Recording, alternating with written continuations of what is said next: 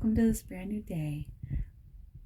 I'm going on today to share with you a project I've been working on, and really excited to get working in for this growing season of spring and summer. It's really chilly here this morning, but I did have some projects going, and I just want to share a bit about what it looks like for me and the work that I'm doing here. It's subtle, it's slow, and it's very intentional. And I know we don't get to see each other face to face a lot, so in moments that we do, it's usually in busy spaces. And lots of conversation going on and high energy. So I thought I would take you on a little tour of my workshop space this morning because it's set and ready, and I'm beginning to harvest and make medicines for the year. So I just want to show you kind of what I have going on for those who might be curious, and for those who are interested in what I might be doing but might not know. And so I'm gonna flip the camera around. Thanks for being here, and thanks for tuning in. I've got an oily forehead. I put my mugwort clary sage, thanks Meraki Pharmacy for that, as I begin working with the plants. This morning I have a couple projects, and I'll show you kind of what it looks like. So here is my workshop space. It's in the back porch of my home, and I love it. I'm so happy with it. I can't believe I didn't do this sooner. I kind of had things spread out in different places, and this is much more functional. So I've got a little incense burning here to get me started.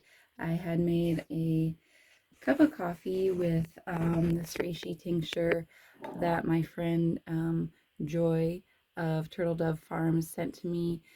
She was so generous. She gave me this whole jar, as well as this one, as a re-up from reishi that I had taken with her probably beginning almost 3 years ago now. And as you can see, my jar is getting kind of low, so first thing I'm going to do is refill my own bottle. This is my own dosage bottle. I take this tincture pretty much daily. And I have a teacher friend who I promised I'd give some Indian ghost pipe to. She lives out in Arizona and has never worked with this plant before. This is a flower essence I made last July. You can see July 13th, and had immediate results with.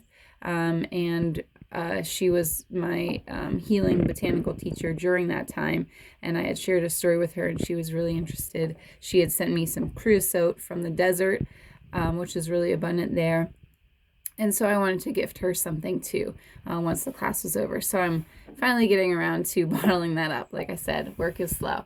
I did collect a little bit of spring water this morning to help with that flower essence. Once I create the dosage bottle, this is called the mother, but I'm going to make her a dosage bottle. And then I've got some other projects here. I have some flowers that I had dried.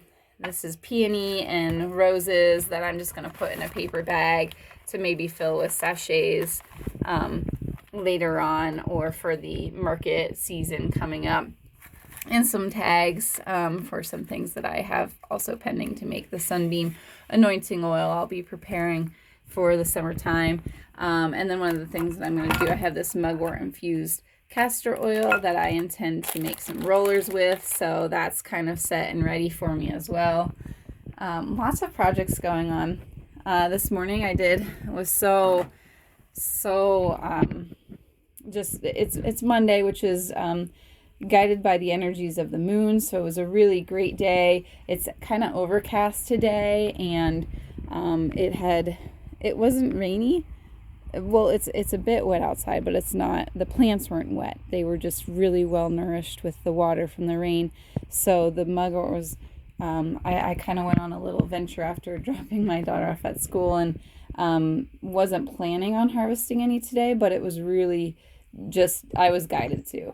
So I brought some of that home. I'm probably going to tincture some of that, maybe create some bundles. It's compared to what was there, this is a very small amount from what's available, and I always give thanks, and I always ask before harvesting anything, and I always give lots of thanks to where I gathered the plants from. So I just love mugwort so much. She's one of my favorites to work with. I've got her front and center of my shelf here, some dried bundles from years past that I'll use when I'm doing readings out at events. I like to burn this. It helps to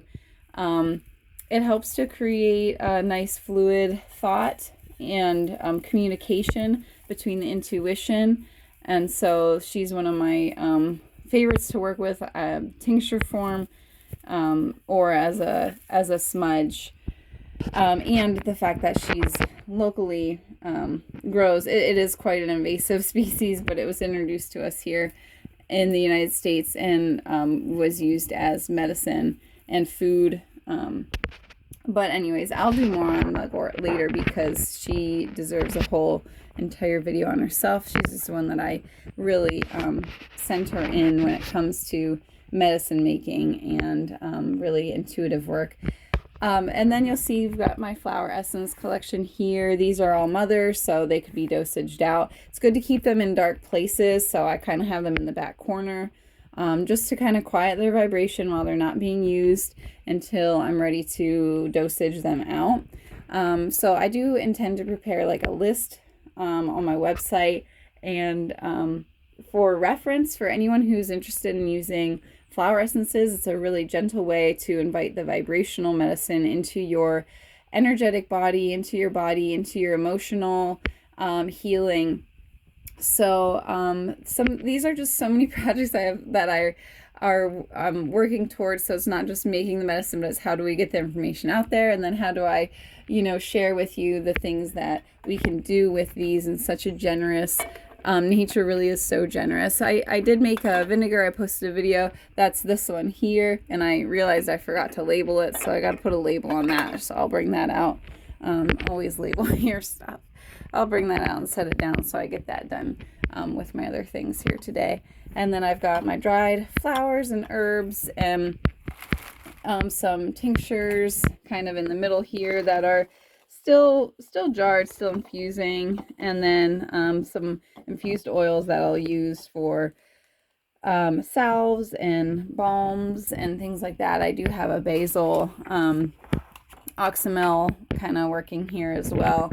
And then, my jars and my incense burning things. I'm so proud of the way I've organized this because it's not my forte, but I've got my market kind of supply here. It's a small tote now. I hope to kind of need a bigger one by the end of this year or maybe next year. I just kind of build it slowly. Here's my herbing craft containers that I'll need to get out for my dosage bottles, and then my display tote here, gardening supplies for sowing seeds because I do like to give back, and then my kind of crafting or my base oils, my solvents and things like that are in there.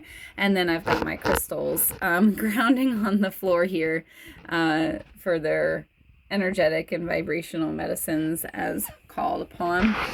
And then I've got some more, just another crate here of like more stones and stuff like that in bulk. So it's the tour of the workshop, and I am going to get off the phone now. I'm going to put the device away and get to making. So I hope you enjoyed this little tour, and I hope it inspires you to connect with your plant allies nearby and ask them kindly what it is that you need to know. So take care, be well, and I'm always here, House of the Mystical Maven, with any needs that you might have regarding connecting back to Earth, Mother Nature, your own inner guidance too. So, take care.